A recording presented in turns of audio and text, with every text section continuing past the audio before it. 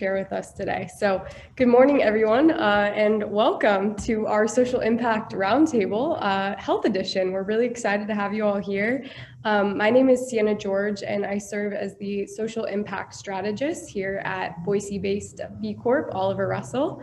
And in partnership with Boise State University's Venture College, as well as our partners from the Basque Country at Mondragon University, we're really excited to welcome you to this special health edition of our Social Impact Roundtable series. This has been a three-part series. We started out with just general social impact, then we focused on some food and food tech innovations, and now we're focused on health innovations in the social impact space. So thank you so much for joining us. Just a few housekeeping things before we get started. Please feel free, if you'd like, you can use your video if you'd like, and then just mute yourself so our panelists can see you all if you're comfortable. We will also be utilizing something called Slido. I'm going to go ahead and drop a link in the chat. This is how you can ask questions throughout today's session of our panelists. We'll get to a little audience Q&A later on in the session. So please do utilize that link if there are any questions that you have throughout today's session. And you can also upvote others' questions on there if there's a question that really resonates with you. So a little bit about today's event. We are really excited to bring together thought leaders and experts from the field of health to discuss how they're using principles of social enterprise to drive their organizations towards positive benefit, how they're creating new health innovations and technologies to improve the lives of others, how one three-time Olympic gold medalist transformed her lived experiences into a health-centered community social venture, and of course, what there is to learn from how we localize global health movements to benefit our own communities through understanding authentic needs and meeting industry gaps. So the purpose of today's event is really to equip our aspiring social entrepreneurs with insights, knowledge, and experience from the field of health and social impact to inspire the next generation of social entrepreneurs on a mission to harness the power of business as a force for good in the world. So thank you again for being here. And to kick things off, I'm going to go ahead and introduce all of our wonderful panelists. So first off, we have Perry Jaqua, who serves as the Director of Community Engagement and Board Services at Northwest Permanente, or NWP, in Portland, Oregon.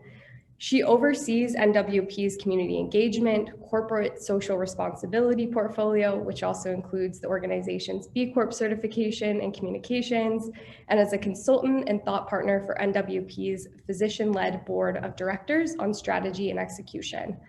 NWP provides high-quality, affordable healthcare services to improve the health of members and communities through the continuous evolution of the practice of medicine and integration of values-based care that is physician-led and person-centered. NWP was the first physician-led medical group to become B Corp certified in 2016, and Perry has been involved in co-creating impact in the community with other healthcare systems during the COVID-19 pandemic, helping to ensure mass vaccination is possible throughout the region. NWP is fueled by hope and guided by values. As one of the few certified B Corps in healthcare, Perry and NWP are proud to put people, communities, and the planet at the top of their list when it comes to day-to-day decisions made in healthcare. Perry's dream for the world is one where everyone could live with hope and without fear of not having the safety and protection of care in whatever form that is, whether it be healthcare, safe homes, food, education, or etc. Thanks so much for joining us, Perry. I know this is a really busy time for you, so we're really grateful to have you.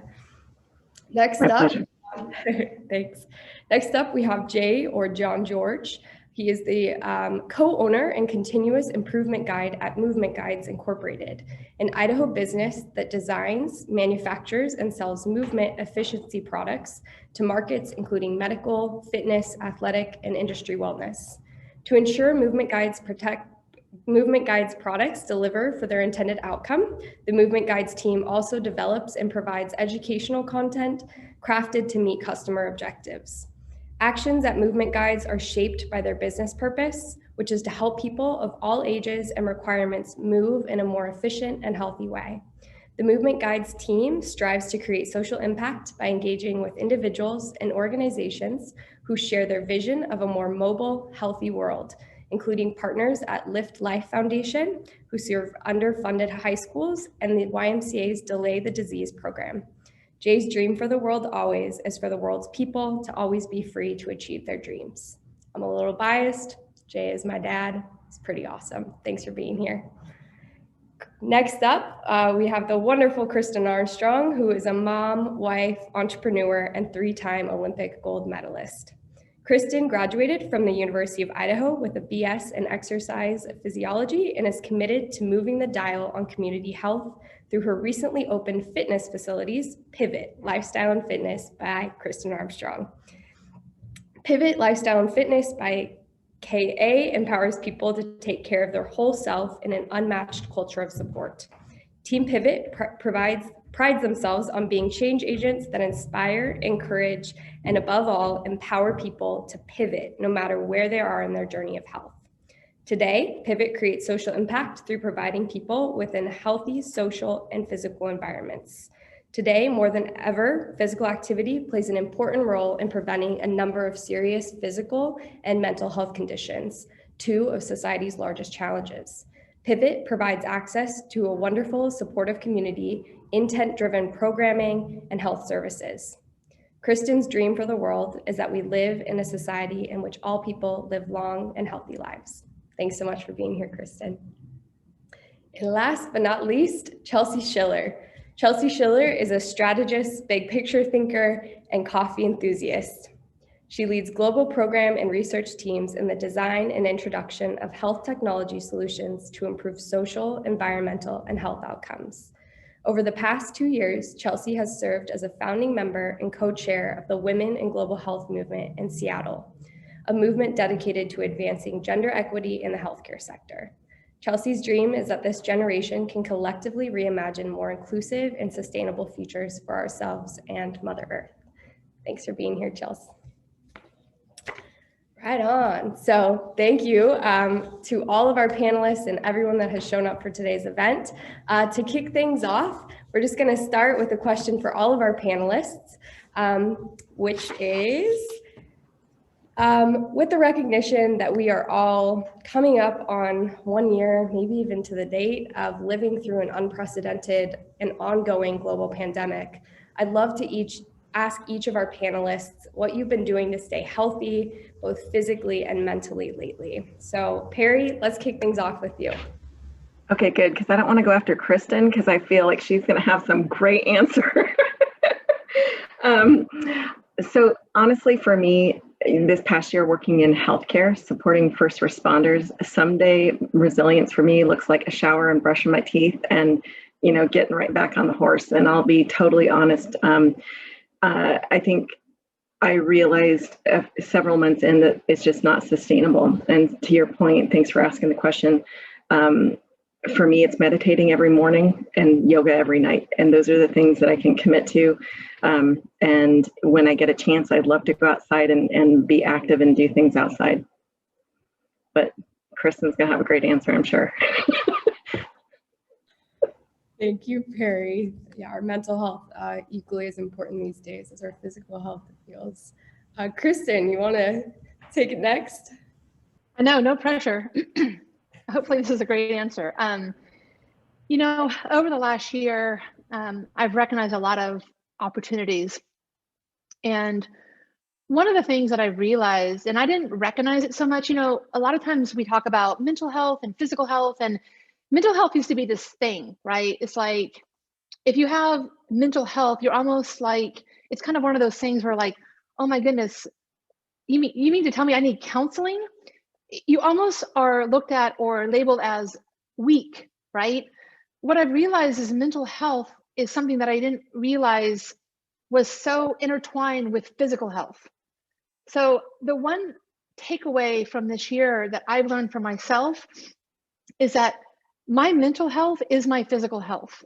So for me to get outside and to have that physical outlet, for me to have only had to close down Pivot for 2 months, the members, the community around me have all recognized that we need our mental health. We don't come to Pivot for physical health anymore. We come to Pivot for our mental health. And it's been critical. So my mantra each and every day now is, when I wake up, I get to make a difference, I get to make change, and I get to be my best.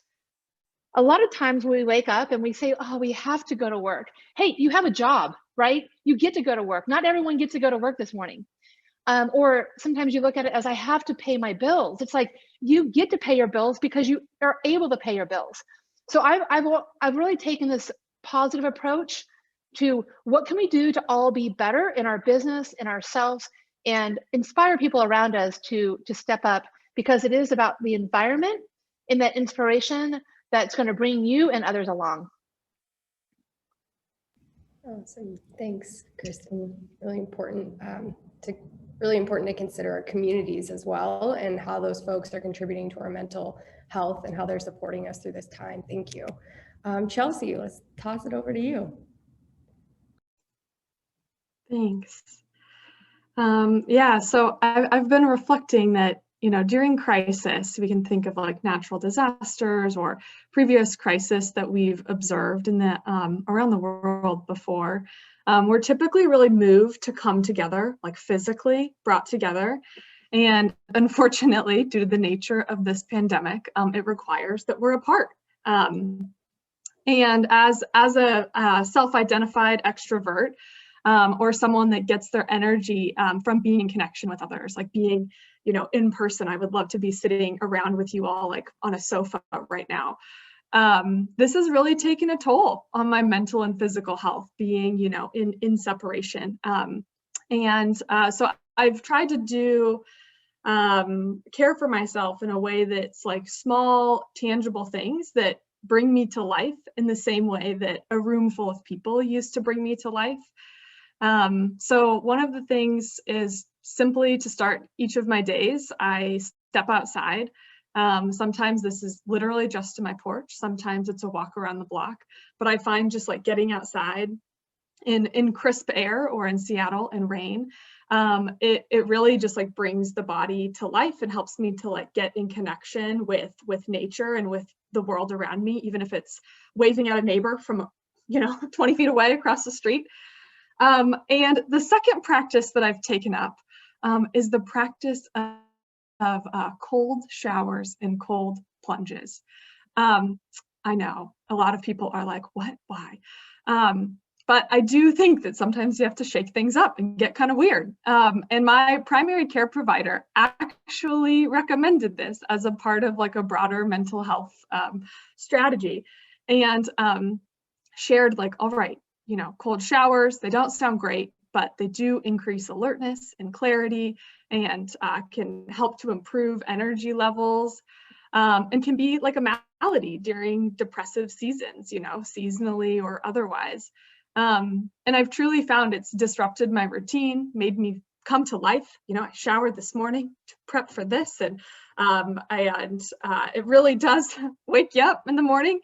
And has supported my mental health, which, as Kristin mentioned, supports your physical health and just like your social health and in being in connection with others.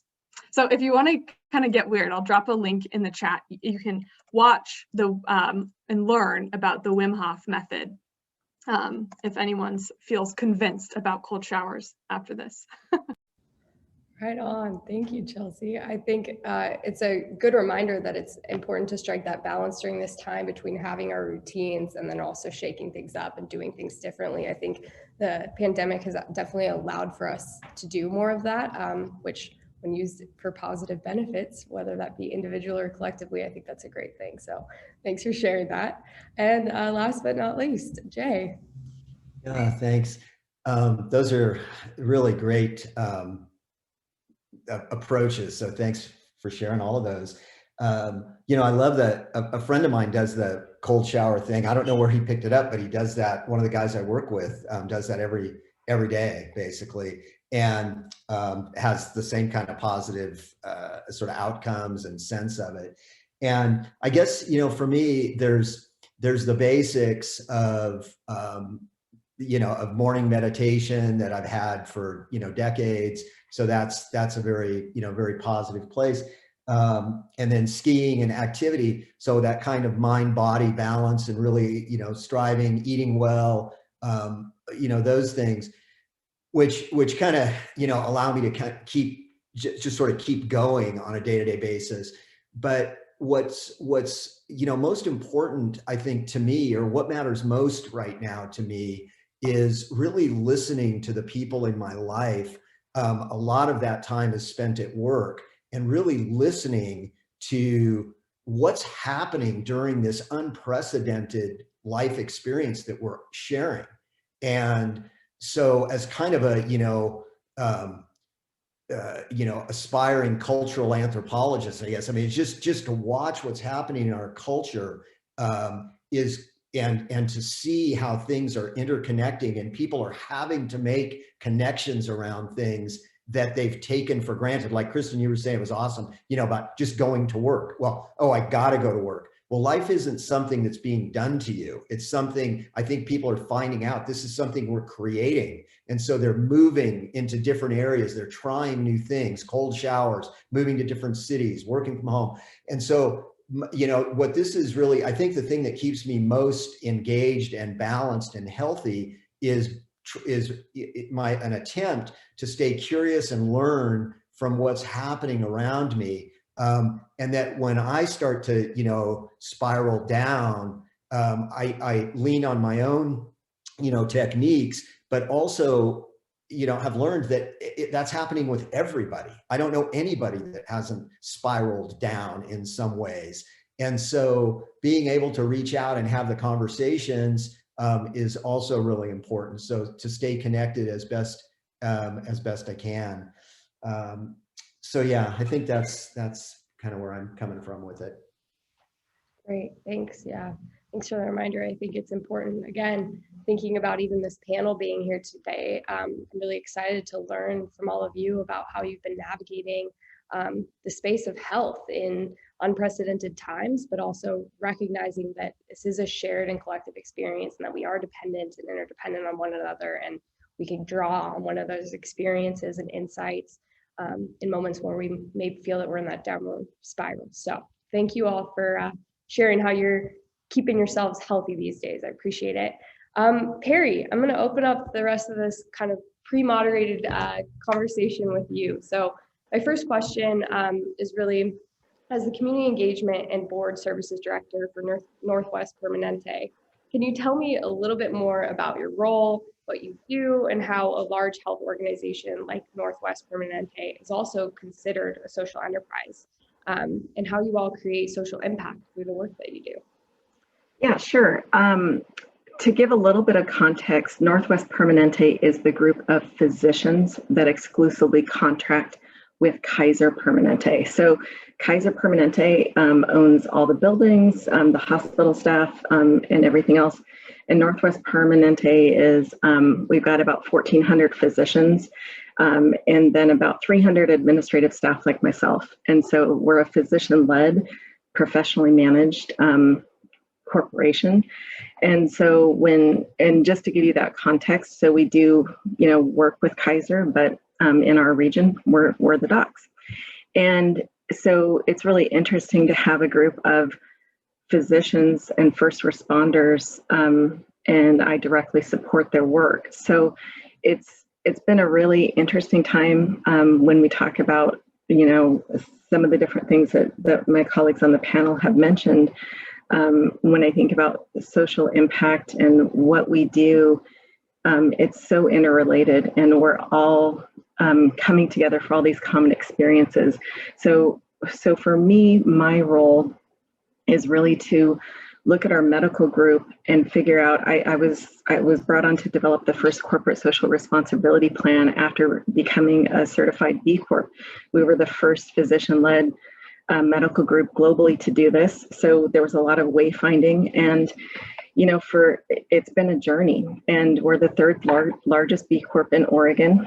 And so in Portland, in the Portland metro area and in Oregon, we have more certified B Corps than anywhere else in the country. And we're a very, very active community.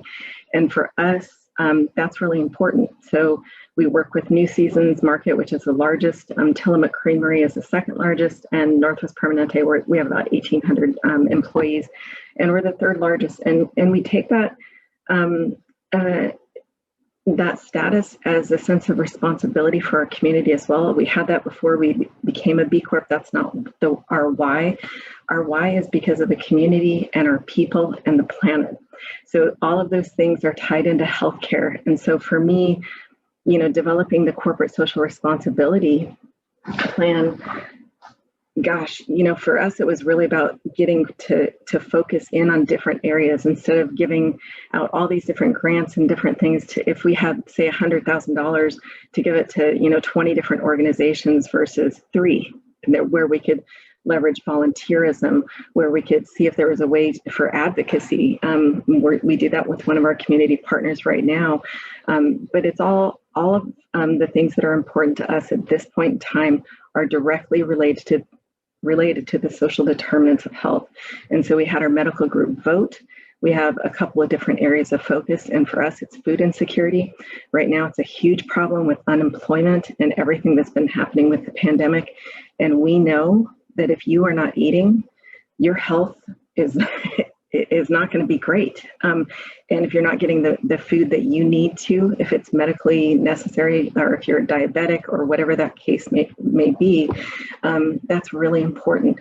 Now, there's a list of social determinants of health that's pretty long, and we chose to focus, and we had our medical group vote. So food insecurity is one, education is another, and the environment.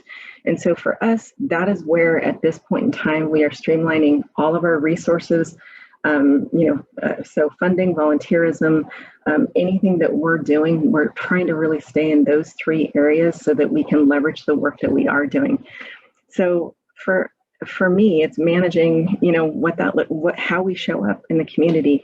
The other piece to that, so, for me, I've been redeployed this year. So a lot of folks, I was thankful to have a job. I'm happy. I have a background, Jay, you mentioned cultural anthropology. My undergraduate work was in archaeology and anthropology and studying cultures. And I have an MBA and worked in the tech management field and global services. But I've been in healthcare for 15 years, and for me, it's connecting people, and it's connecting, to all of those things are related to health. So to me, it makes sense that a healthcare system and a group of physicians, we're a for-profit company, unlike Kaiser that is nonprofit, but it's important to us. We're values-led. This is what we do. Compared to others where there might be, when you think of B Corps, you're thinking Patagonia, you're thinking Ben & Jerry's and products and services in that way. And I think, wow, if we can't, as a healthcare organization, be focused in on those things that directly relate to health, we shouldn't be doing it. If we can't support the environment, we know that climate change, the wildfires, all of these things that happen, they affect our most vulnerable populations the most, right? So and who's going to come into the emergency rooms? Who's going to need that care? So we understand this. We've looked at the data, and we were one of the first medical groups to produce a climate action plan. It's out on our website. I'm happy to drop it in the chat. But for us, it's like these are our tenets. This is a way that we are committed to show up. We don't own our buildings, so we don't have as a B Corp Scope 1 and Scope 2 emissions. When you look at us from a carbon emissions standpoint, we're Scope 3. That does not mean that we don't have to take accountability, that we cannot influence the decisions that are made, that we are not, again, showing up in a way that will trickle down and benefit everybody. So for us, I think that there's a lot of different ways that we can show up, should show up. And I would challenge other health organizations to, if they are able to become a B Corp, to do it. I mean, to me, there's no downside. It's really about putting your, everything you are, right out there for everybody to see. It's a rigorous certification. We're in the middle of our 3rd one right now. As we're doing all the mass vaccinations and all of these things, but it's important to us. And, we're not perfect, but every day I think we strive to be better, and we strive to work with others. And it's all about the people that work for us, our community, and the planet. And so for me, it's a natural fit. Thank you, Perry. And I know Oliver Russell is also in the midst of our B Corp recertification. So it is definitely a rigorous process amidst all else that you are doing. I just want to ask a little follow-up on that, on the B Corp values that you just spoke to. So I know you've been part of the planning around organizing COVID vaccination efforts in Oregon and Washington. Can you speak to how your values as a B Corp have contributed to that coordination and why you believe social entrepreneurship, the types of things that you all are doing, matter within the health context? Yeah, I'll back up just a little bit. I did work on I mentioned that I was redeployed within our own organization.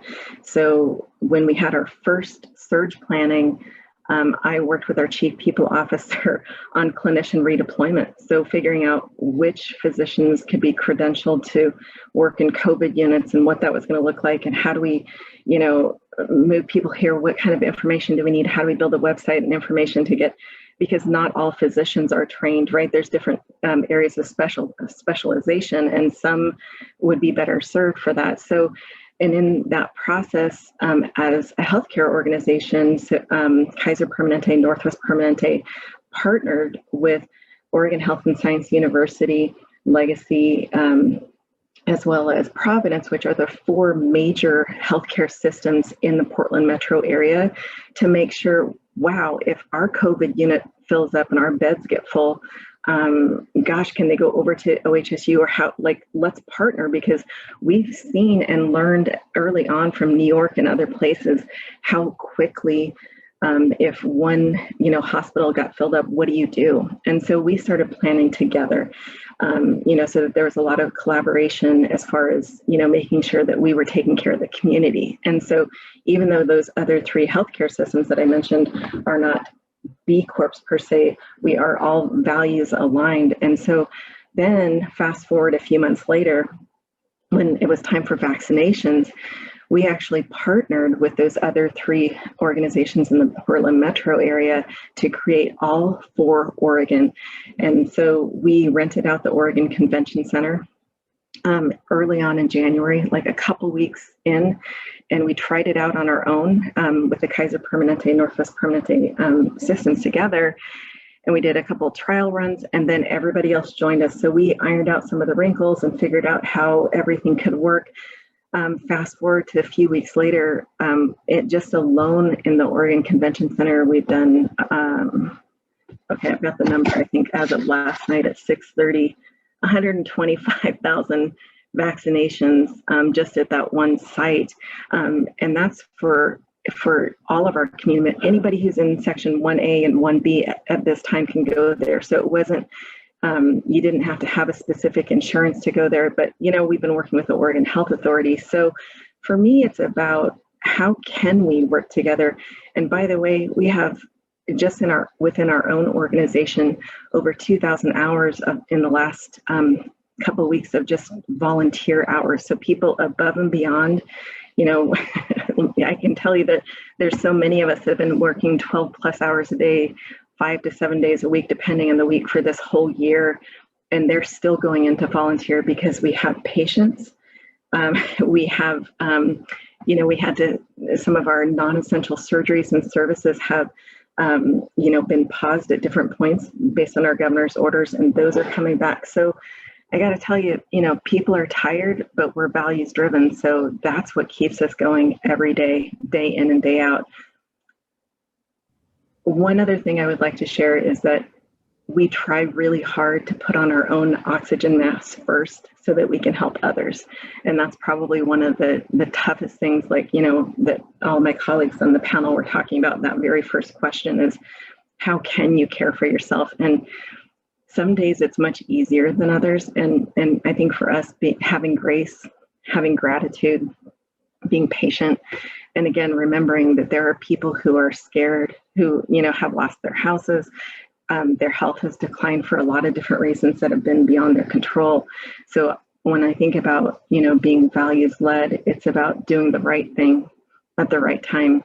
And even if you're tired, to muster and get through it and to support each other and have such a great group of people, that I think that's the other part that I'm really proud of is, we don't have all the answers. Everything we're doing is new. We're doing the best that we can, and we're going to make mistakes. And that's hard when you're in a healthcare organization, because you want to get it right. You don't want anybody to, have to walk farther than they have to walk. You don't want anyone to have any issues when they're going through these mass vaccination sites. And, and actually today, this morning, we moved to a different part of the convention center to accommodate even more people. And FEMA came in as late last week to help us with some of these things. So we have a lot of things that we're coordinating, and, it's complex, and people are like, I can't get an appointment. And, we're trying. So this is where that social entrepreneur part, I've had a couple of our doctors say, why can't we get like some up and comer? We probably need like a 20-something person to just come in here and spend 2 days and build something that works for everybody. And I was like, yes, we need people who are innovative. We need people who are not afraid to take a chance. We need fresh eyes. We're tired. Like, we're doing a good job, but I go, hey, come join the party. There's room for more at this table. And I think the healthcare issues that we're going to face in the future from this, I look at my colleagues, and we all, I would say almost everybody I know in the healthcare field, we all have grief counselors. We've all lost people that we love. We've seen patients, colleagues, and family members and friends not make it through to this point. So again, going back to gratitude, all of those things, but there is no shame in seeking out mental health resources at all. And I highly encourage it. I've, lost 3 family members this year, and, it's beyond your control. And so for me, that's the other thing that helps me keep going is whoever I'm helping, they are somebody's family member. They are somebody's friend. They might have just lost everybody they know. So they're relying on people like me to support however I can. So it's my pleasure to do the work, but there are some days when I have to say, okay, I need to stop and I need to take care of me and my own family. And that's the hard rub that I do face. And I think a lot of us, have that same, feeling. So I would say that's the hardest thing, but. Thank you. Appreciate it. So I think that feedback on my, for some reason. Sorry about that. I think that really helps illuminate a lot of the values, not only the B Corp certification, but the work that you do in this health space, and thinking about how we align with one another to do this work. Also, how do we call on our own skills and interests and passions to be able to do this work? How do we re-energize ourselves in collective spaces, but also on our own? So much there. Thank you for all of that wonderful insight. I do want to pass it over to Jay now, who's in a little bit of a different world beyond this large scale operation. You work for a small but mighty team of individuals at Movement Guides who are on a mission to help people of all ages and requirements move in a more efficient and healthy ways. Can you share with our aspiring social entrepreneurs on the call today some of the communities you work with and what health technology innovations you've helped to create to meet their needs? And I do want to just kind of remind our panelists here, we'd love to get to some questions and answers from the audience. So if we can keep our responses fairly brief, that would be awesome as well. But thank you. Yeah, thanks, Sienna. Perry, thank you so much for sharing, what's actually happening with folks that, I see on TV, and I've got some friends in the medical industry or, healthcare industry as well, a couple of docs that are good friends. So, but, I'm so sorry for your loss. And just, yeah, so thank you for putting these circumstances in human context, for us all, and this idea of being. I will answer this question about Movement Guides, but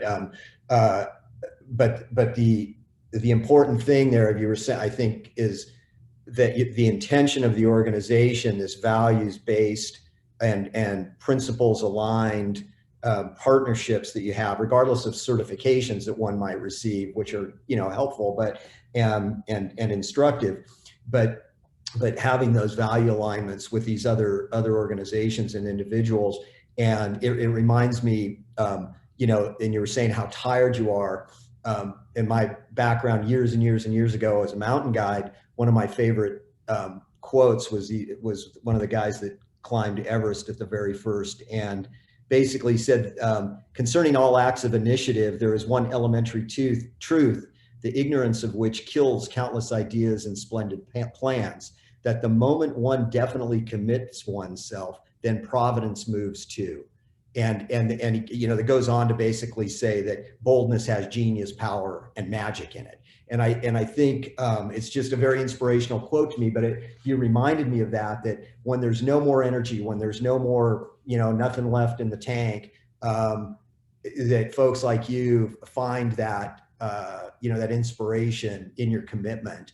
And so that's an inspiration to me. That's you know, to switch over to our little startup company of movement guides, that's really, which is not really a comparison, but so we started based on the fact that a couple of our founders, Kyle Sella, who's worked with Kristin directly, who's a physical therapist, former Army physical therapist, we started seeing that there were segments of the population that were not being well served in physical therapy, and that even if they could get to physical therapy once they left, there was no way for them to replicate what they had learned there often.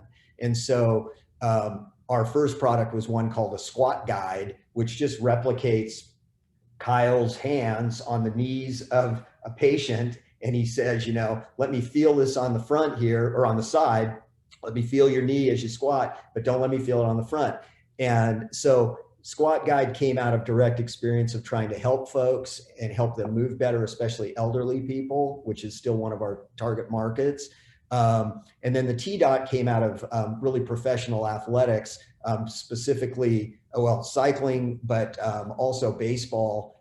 Pro pitchers would often have rotator cuff injuries or need. If you watch pro baseball games, you know, they all go into the dugout. It's 50 degrees outside. The pitcher sits there with his jacket on and then goes back out, could be 20 minutes later, and starts throwing 90 miles an hour. And so the T-Dot is something that athletes use in the dugouts. The Boston Red Sox use our product, San Francisco Giants.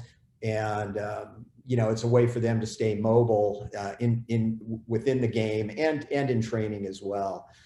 We've also worked pretty extensively with what is the emerging market of what are called tactical athletes. And if we watch the unfortunate events of January 6th, you see the folks that are on the front line with all that gear on, and they wear it every day, and they're expected to move and carry things and help people. And so tactical athletes are, you know, first responders, they are paramedics, they're obviously police and military as well. So we work in those markets. Let's see, who else do we work with? Oh, and then, you know, we have pro athletes, but then collegiate as well. Duke University works with us. We've got some stuff over at Boise State. If you go to the website, you'll see that, you know, we've worked with you know, folks kind of across the gamut through the last few years. Did that answer the question? Yeah, thank you. I think it's what you first said there, not only in relation to Perry, but also this notion of serving segments of the population that have previously been underserved, I think is something that we're really trying to instill in a lot of our aspiring social entrepreneurs, as looking to those populations and looking to their needs and how can we meet them. And so even as Perry was discussing these, the need for technology in the space for coordination efforts, or the need for how do we help people through grief when they're going through that during this pandemic, there's lots of these little impact gaps that I think are really important to consider. So thank you both. Kristin, my next question is for you. So I'm sure that many of the folks on this call today are familiar with the fact that you're a 3-time Olympic gold medalist, but I'm sure that some of the folks may not know that you're also an entrepreneur. So can you share how you transformed this personal experience as a competitive cyclist into Pivot Lifestyle and Fitness by KA, and how you inspire and encourage and above all empower people, I love this, to pivot at any point in their health journeys? Well, first of all, I'm going to keep this as short and concise as possible because I am a talker and I could go on for a long time about this because I'm so passionate. But I will concisely speak to how really I believe pivots make an impact and kind of the why behind that. But first of all, everyone needs to know that I didn't name Pivot. The Pivot, actually the name came well before the pandemic. So crazy, but now like pivot is a word. Like pivot this, pivot that, pivot everything. So we're going to play on that. But really, just to take you back for a second, I went to 4 Olympic Games, never thinking that that's where I was going to go. In fact, I used to work at Oliver Russell just like you did, probably at the same age as you. Not to age myself or anything, because I'm still a young 29. But truly, that's where I was. I was working just like most, and I happened to fall into this athletic world that I tried to like push out of my life, but it kept coming back. And I finally just succumbed to it and said, this is what I'm supposed to be, this is what I'm supposed to do. And at the end of the day, I obviously, went to that next step. But really, I've been involved in healthcare from college days, even my childhood. Health was really important to me. I was active, I played sports in everything I did. And so I went and majored in exercise physiology. I wanted to become a PA or a PT. PA was kind of like the new thing. In PT, I learned that not everyone gets to work with like healthy athletes. So I was like, well, maybe I'll be a PA. And so the next thing I know, I'm training for like these triathlons, and that's where I met Jay. And I'm just like, okay, here I go. Well, fast forward, I have this amazing career. But for those of you who know my career, I actually went well into my 40s. My last competition was the day before my 43rd birthday. But in between that, I retired twice. And one of the first time I retired was because I wanted to have a child. And heaven forbid I ever go back to sport, because that would be selfish. I came back to sport, and this is where my story makes this turning point, is that I truly wasn't what I call stretched, meaning I went to work for a health system in Idaho, and I wanted to have a normal life. I wanted to work 8 to 5, or these days you're actually working from like all day long. Like there's no such thing as 8 to 5 in a health system. But soon I became I was the director of community health, where I'm going to come in, I want to make huge impact. We're going to choose based off of our CHNA, which is obviously looking at the needs of the community, just like Perry mentioned. And at the point, I was going out to schools, I was doing this, I was doing that, and I was like, oh, I need to make more impact. Like, I can't just like go tell people to eat fruits and vegetables in schools that they don't even have a jacket going to school. And I'm like, this is killing me. Like, by the time I make movement here, it's like, I don't even think I'm going to live to see it. Like, it's like a barge, I'm trying to move. So of course, the way my mind thinks, I need to move quickly. I need to move fast and furiously. And so here I am, and I'm an entrepreneur, and it's probably the hardest thing I've ever done in my life. But yet I always thank myself for going into this space, because I didn't come out of retirement again. So I'm not going to Tokyo. And so I am truly too busy to go to Tokyo. So pivot, bringing you to pivot, I believe that instead of focusing on myself, I want to focus on others. And in order to do that, I wanted to provide an environment, now key environment, an environment that replicated the success that I had growing up, not only as a military brat, but also in the sports world. I believe that if you're active, you're an athlete. And why isn't everyone treated the same? Meaning you have an environment, you have a team, you have a community. Oh, by the way, your training is well intended. When you walk in Or if I wake up and do a training plan, there's intent behind it. Oh, and when I do strength work, I want to have proper movement, just like Jay said. I'm not going to just go in there and free for all things. I want to create a space of access, of connection, of community. And that's exactly what Pivot is. I have 2 facilities open right now. I plan to build several more. I have another one at Barber Station, Core and Shells out. That's Southeast Boise, for those of you who don't know. But here's the thing, each of my studios had a meaning behind it. They're not going to go what I would call out of style. We have functional training, which is movement off of the bike, off of the field, off of the trails. It's basic movement of life. It's teaching you to properly chase after your grandchildren. It's teaching you to actually carry groceries, okay? This is functional movement. There are different things. You pivot, you push, you pull, you jump. Let's teach people how to do this and have the best lifestyle possible. If you want to golf, if you want to ski, don't care what you want to do, if you want to move. That's functional training. Every one of our programs is developed by Kyle Sella, who is an expert in the movement space. Our coaches deliver this program. We have a cycling studio, which I couldn't not have a cycling studio in Pivot. It's a great endurance exercise. It's aerobic. It's non-impactful. It's a program that is, you can be in with the most experienced athlete to the person who's just trying to lose weight before a joint surgery. We program it. I write every ride that is delivered. Our coaches deliver this. And then we have our yoga studio, which is built for recovery, meditation, mobility, you name it.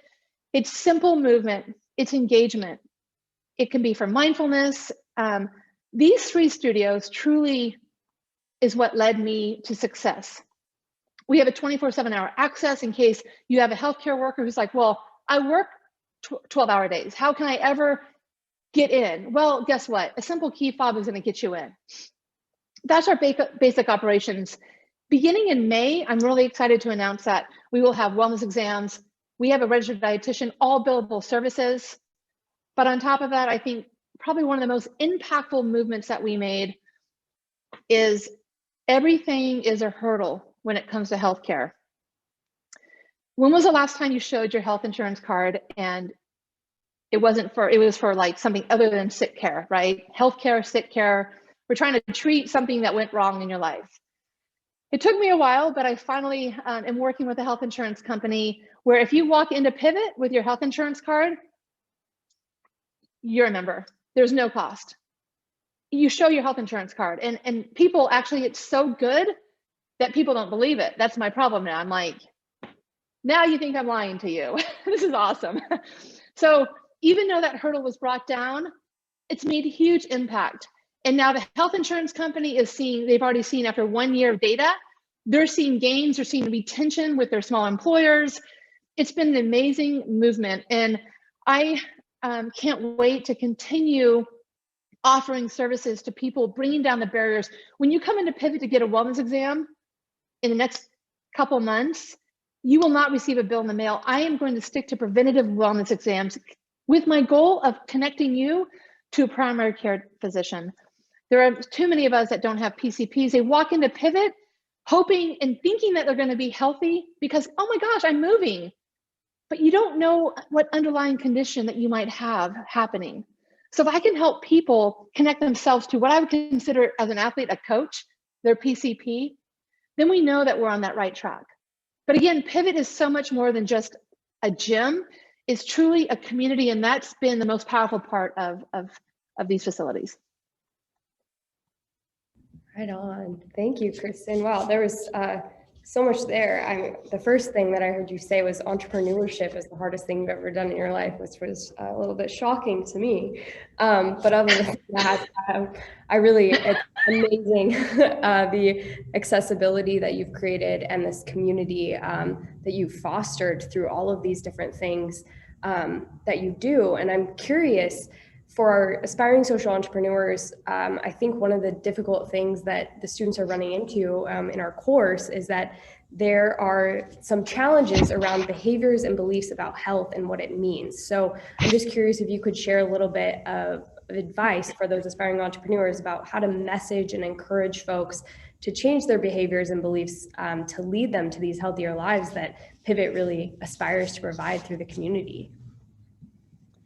It's a huge challenge. And number one, and I'm always going to say this, number one is authenticity. You have to be authentic in your approach. And I know this is becoming overused, but I'm going to say it because it's so good.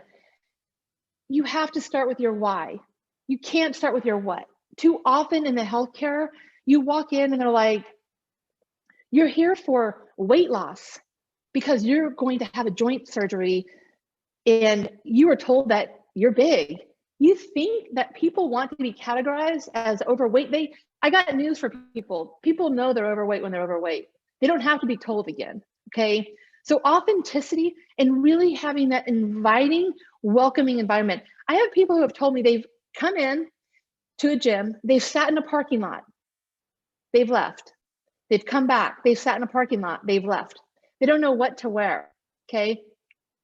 This environment has to be welcoming. It has to be inviting. You have to show, and the power of social media, you have to show what your community is. And here's the trick. There are so many different communities within healthcare, in the fitness industry. There's a place for everybody. Pivot is going to be a place for X demographic.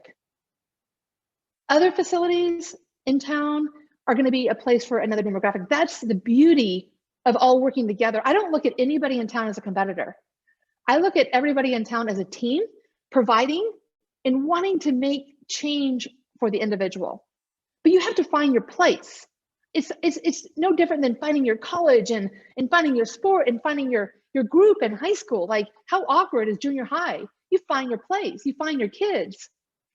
And so I would say that authenticity speaks volumes. But when you have that trust from your members, it continually organically grows.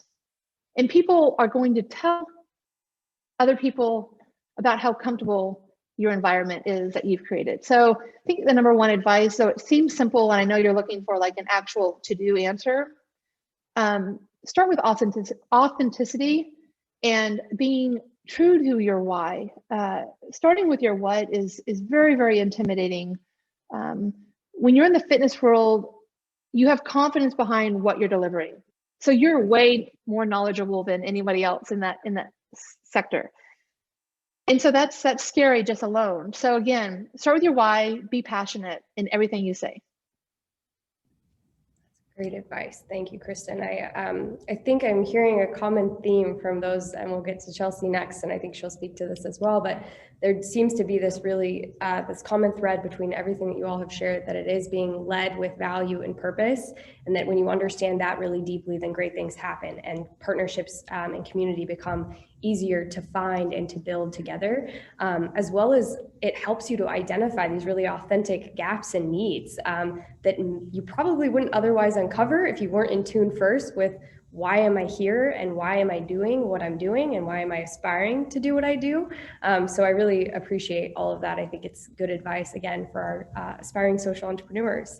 So Chelsea, for you, zooming out to really consider social impact, because I know you do global work, you consider global health. I'm curious, could you share what global health really means for those who may not know? And then what the Women in Global Health movement does specifically, and especially how do you create, how do you transform a global movement into a localized movement that really meets authentic needs of the communities that you're working within? And then maybe also, since it's global, how do you consider all of those cultural differences, that the trials and the wins that come from working in health across countries and cultures? Well, there's a lot there, so we'll try to get it all in.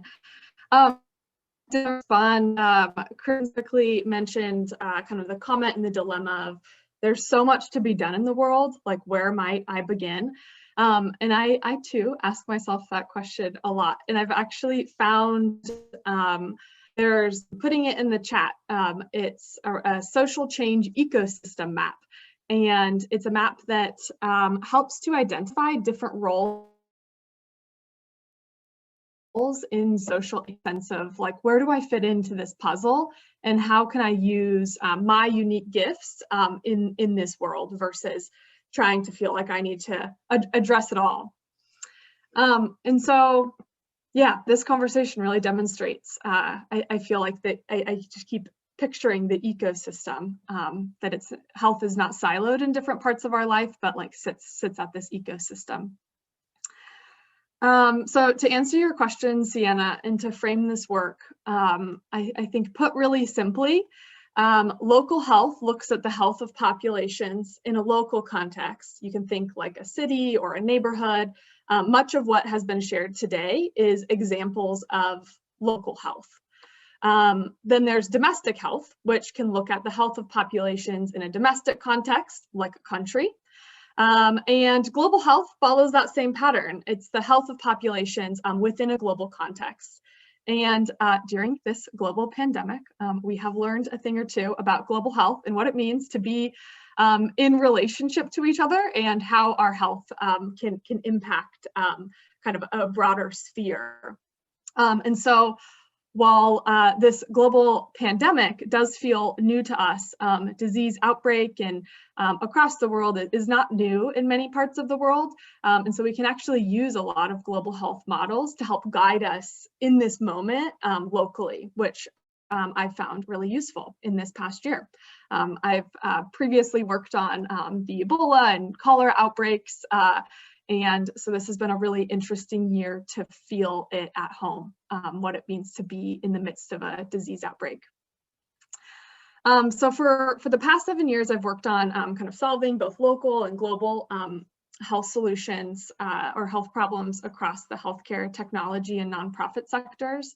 And through this, I've learned and observed that women play a pretty vital role in the advancement of health, probably no surprise to anybody. And yet, men remain the majority leaders and stakeholders in health leadership positions. Globally, women make up 75% of the healthcare workforce. We're talking like the full healthcare workforce, from the strategy folks to, like implementers, practitioners. And yet occupy 25% of influential leadership positions. And women's contributions to healthcare systems is monumental, and yet a majority of work is underpaid or unpaid, leaving women with pretty few opportunities for advancement or care of their own health, really going back to like, how do we put on our own mask first? So this really creates a health system that is inequitable and has kind of some adverse, the health system itself can have adverse effects on one's health. And so the Women in Global Health movement seeks to address this challenge. This movement is a global movement looking at the issue at a global scale, and brings together people from all genders and backgrounds to look at achieving gender equality in health leadership. The movement really believes, we believe that everyone has a right to attain equal levels of participation and decision-making, regardless of gender. During this pandemic, the Women in Global Health movement, as the global movement, initiated this COVID 50-50 campaign that created kind of a list of asks for global and regional leaders as a part of making a gender responsive approach to COVID, essentially making sure that women are at the decision-making table when we're starting to look at how do we move from policy into practice? How might our actions actually affect women in the workforce, but also women broadly? As we know, the pandemic has disproportionately impacted women. And this article does a great job of explaining how the pandemic has impacted women. This is kind of specifically in a US context. So our kind of partners in Spain might need to find the other, but I think that the trend is global. So over the past 2 years, I've served as the founding member, or one of the founding members, and the co-chair of the Women in Global Health Seattle chapter. While this movement is a global movement. It really prioritizes and recognizes the need for localized solutions to actually moving from big vision into practical action, right? Yeah, Perry's nodding, yes.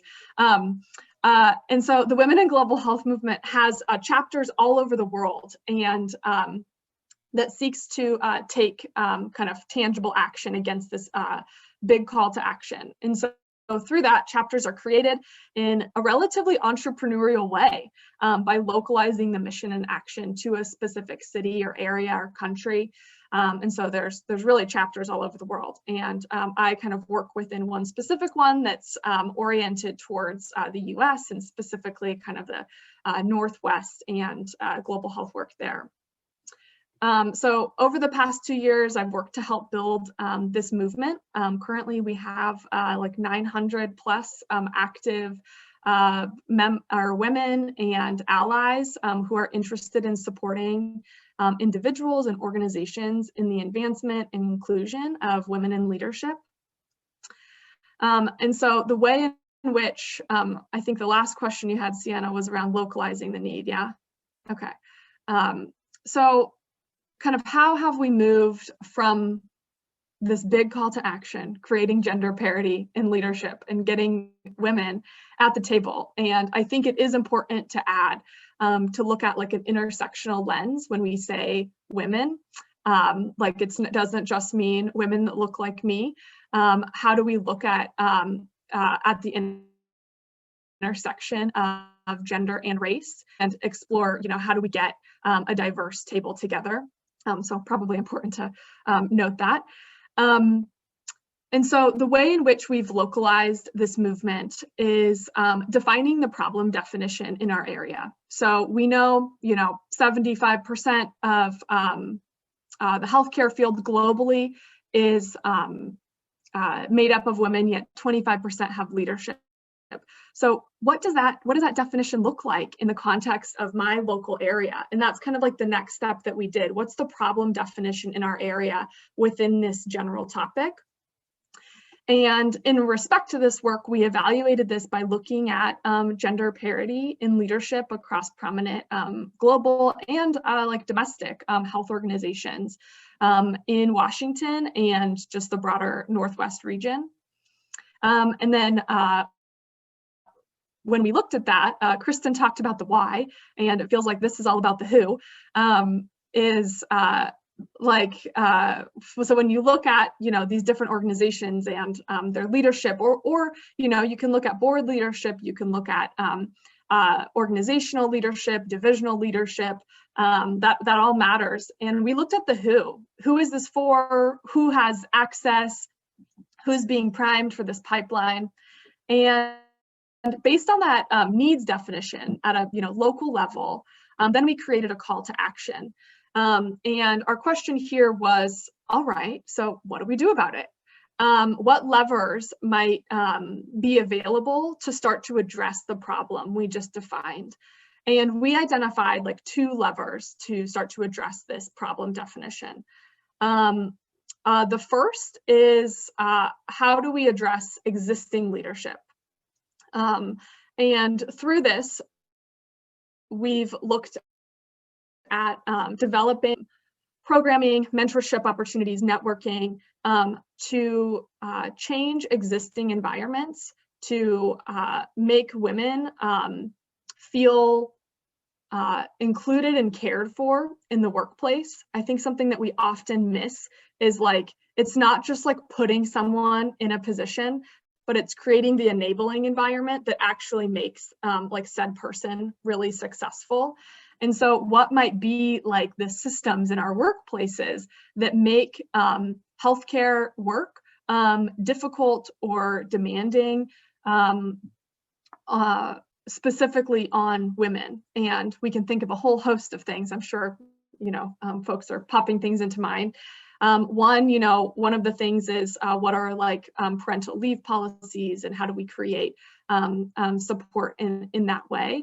So that first thing was looking at existing leadership and how do we change the enabling environment to allow space And when we say inclusion, it doesn't just mean like inserting someone there. It means really creating an environment that someone can feel like their whole authentic, we named authentic selves in the space.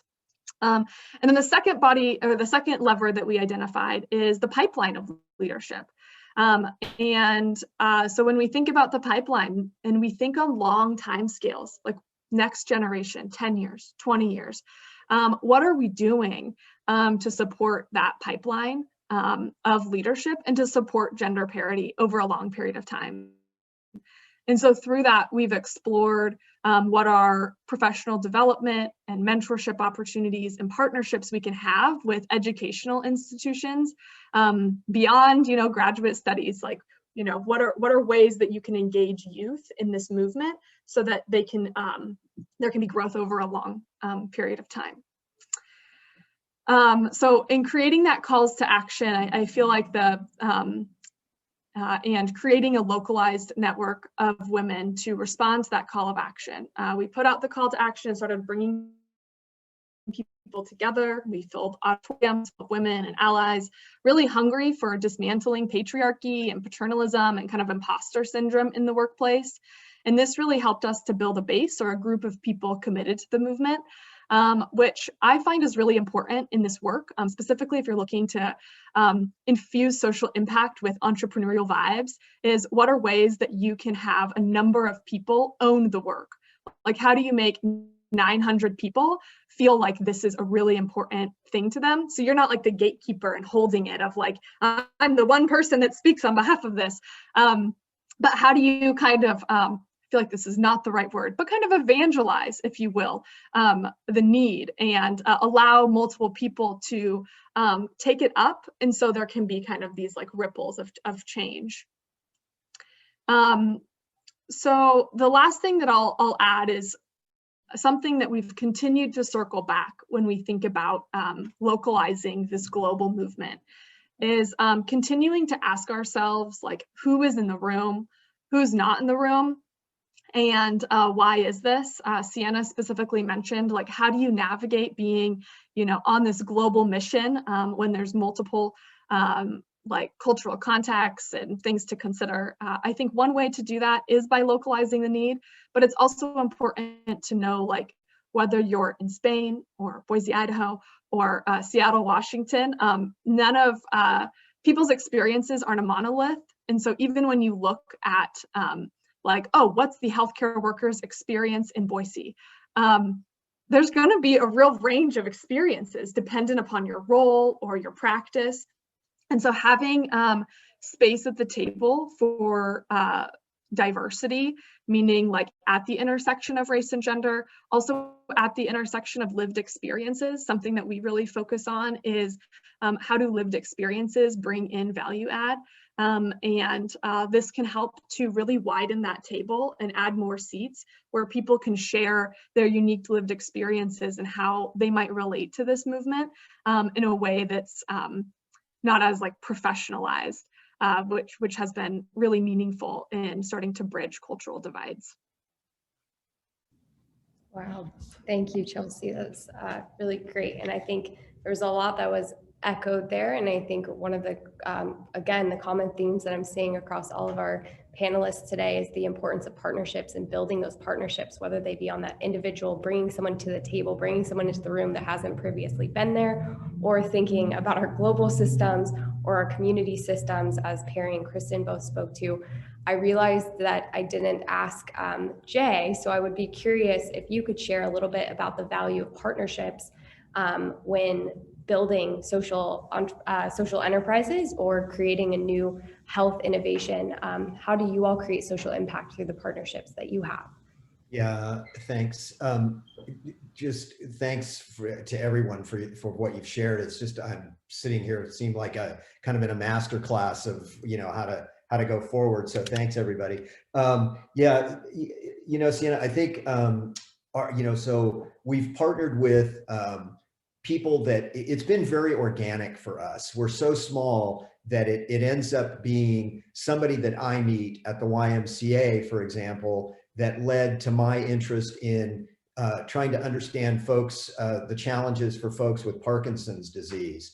And it turns out that the woman at the YMCA locally is part of a national organization. And so she included me, and I became a Parkinson disease, delay the disease. It's called trainer or coach.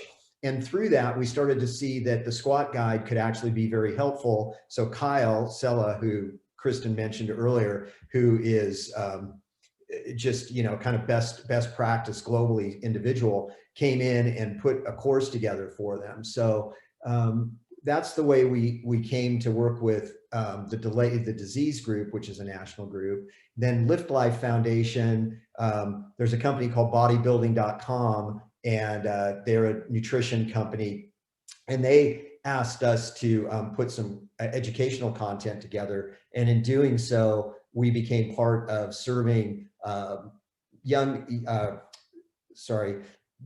helping rehab gymnasiums or workout rooms around the country that had gone under, they just were complete disrepair. And if you go to Lift Life Foundation, you can see, so we would help, we would provide the equipment, and then our master craftsman, Darren, is like MacGyver, can fix anything. And so Darren would go and actually help them get these rebuilds done. So we're really still learning about how to best partner. Kyle's worked quite a bit with Kristin, and as she said, and helping build program there, and using our products. We're still really striving to work and reach, you know, sort of the graying population. And so we're learning about how to connect with those folks, because often what happens, people age, they lose some range of motion, they fall down, they break their hip. In Western medicine, what happens is the seats get built up, the toilet seats, so they don't squat at all. And then they kind of go into this spiral of lack of movement, and it can just get worse. So we're trying to learn how to access that population. And what we're finding is a lot of adult children of parents are the ones that are the gateway. So, you know, adult kids want their parents to be healthy. So if we can connect with them, we can find a way to communicate with the parents. And then the last thing is, I don't know if any of you all have heard of Rivian, but Rivian is a kind of a Tesla. It's a startup electric car company, and they're based in Michigan. They're not on the stock market yet. They haven't done their first IPO, but they're building electric trucks. So, you know, think pickup trucks and work trucks and stuff like that. So Rivian is focused just on trucks. And my background in manufacturing, and then Kyle's work with what we call industrial athletes, has sort of led us to working with them. We just installed a dozen, or in the process of installing a dozen mobility stations in their factories, so that folks can go over to a little corner, have a place to use the T-dot to open up and stretch, because most industrial work puts you in this kind of closed down position, sort of like working on a computer. So, you know, the T-dot lets people work on the back of their body. Think of a tennis ball on the end of a stick kind of thing, so that you can open that up. And then the squat guide gives them an opportunity to do a little bit of strength building at their core, just in a 5-minute, you know, you could just do that in 5 minutes between your working your machine and headed to the break room and then back. So anyway, so it's very organic how we're learning to develop markets, and we try to customize the products. At Rivian, for example, we've done some adjustments to the actual build of the T-dot so that it fits in their space better. So we're small enough that we can still do that, and just really open to learning how we can help other, again, underserved folks if we can. Awesome, thank you. I just wanted to kind of connect that back to some of the things that Chelsea shared, because I think they were really valuable, especially for aspiring social entrepreneurs. And I think, again, identifying these authentic needs and making sure that there's a good fit between what you're offering and providing for the world. And as Kristin also mentioned, that sometimes there's going to be different fits for different folks, but everybody can find something. And so I think allowing for people to really understand their own whys, and then allowing for opportunities and products and things to be available to those folks to meet those individual authentic needs is something that's a unique pursuit of social entrepreneurs, and it's a challenge as well. But I also love the idea of a number of people owning the work. And I think as you've all shared, it's, you know, it takes a community, it takes a village to make these things happen. And so I think it's been really great to just hear about how you all have not only created amazing impact as individuals within organizations, or by starting organizations, or working on movements, or working on new products, but that you've also been a part of much larger partnerships, much larger collaborations. And it's just a really good reminder, I think, for everybody on the call today, that we don't move through life alone, and that we are and continue to be so interconnected and interdependent on one another's work and contributions. So thank you all. And we have one audience question that will help us to wrap up today's call really well. They asked us, what is the one quality that you see as the secret sauce of doing this work? So Perry, I'll start with you. You could just kind of wrap up with what is the secret sauce, and or what is some insight that you may share from your own work that can help continue to inspire our social entrepreneurs after this call? I think for me, connection and being willing to connect, and you know, that's for me the biggest, that's the top of my list, and not being afraid, and not being, you know, change is coming in. You can either be a part of it, or and at different points in your life, you may not be able to participate, and you will receive that change in some way, shape, or form. So for me, it's you know, being willing to engage and to try something new at any point in your life. And you know, I think, to me, that's part of that secret sauce is being, you know, having the willingness to be part of something greater than yourself, and recognizing that, you know, we are all more alike than unalike. And yes, we are all different in so many wonderful ways, but I think sometimes that gets lost, and when we get tired and stressed and all these different things that happened. And, you know, at the end of the day, you know, and now that we've been in our houses and things feel weird, and we're all feeling a lot of the same things, and we all want a lot of the same things. So again, I think for me, in any type of social impact work, it's, you know, seeing those sparks in other people and offering that self of yourself. So that's what I would say. Wonderful. Thank you, Perry. And I think that it is evident in the work that you do, and just through the few conversations that we've had, that you are a master connector. So I really, I really value that perspective. And yeah, thank you for being here and for doing all the work that you do. Really appreciate it. Kristin, we'll hand it over to you. Thank you. I echo what Perry says. I think that in life, it's really tough to get to a point sometimes until you've had your own success, and however that is defined, to be inclusive. It's not any longer walking into a room and needing to take credit. If you were to walk in and everybody walked in and put their idea in a basket and there was no name associated, how would those ideas be taken?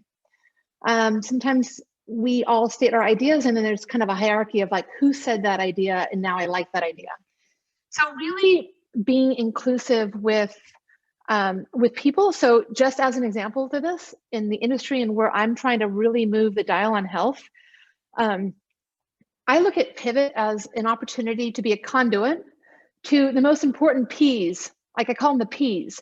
They're the providers, they're the payers, they're the patients, the people. And if I can connect to at least one of these areas, my goal is to connect to them all, which I'm moving there, and to be that conduit, then I can help people make those connections that I've been so lucky to have in my life. So again, for me, it's payers, providers, patients, and people, and then I can actually take action. So again, inclusivity, be okay with the team. That's my advice. That's awesome. It's really It's been very insightful to hear from you. I think one of the purposes of this conversation was really to demonstrate the different ways that social impact happens and that it's possible. And so hearing from Perry just about that community health organization and connecting with different health providers across the state using B Corp certification to help continue to drive your values forward and measure that impact and share it and draw people in. And then Kristin, to hear from your lived experience as an athlete and in kind of, I think a lot of people think of competitive cycling, and I know my dad is an avid fan as well, but just learning about that, it looks so individual sometimes from the outside when they'd be watching these folks train, and then you realize there's such a huge team. There's the whole peloton of folks that are riding together and working towards these shared goals. So I think, yeah, that reminder to be inclusive, but not only just that, but to understand who the people are that you're trying to connect with their deeper why is also really great insight for all of our folks on the call. So thank you. Jay, let's toss it over to you. What do you think the secret sauce is to social impact work, or what advice would you share for those trying to create a positive impact in this space?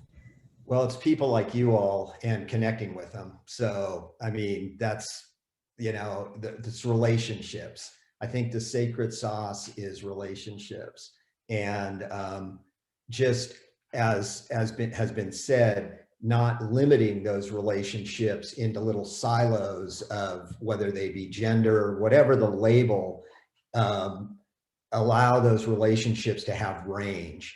So broad and deep, the more the better.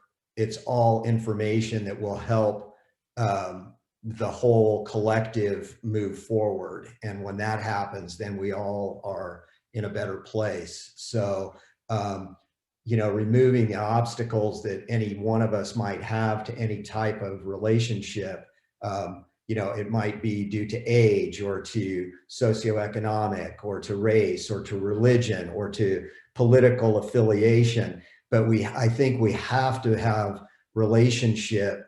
It already exists, as we're finding out, but denying the relationship and blocking it is the antithesis of the secret sauce, you know? And so nurturing and culturing that, or, you know, growing that with, I think, with compassion and equanimity are a couple of words that mean a lot to me in doing that, is opens the way to getting the information, meeting the people, finding the resources, solving the problems, hearing the new questions. All of those things come from having, you know, a range of relationships, in my experience, and all of those then inform the direction of whatever little activity movement guide might be doing, or you know, I might be doing in my life, and makes all of those activities wiser.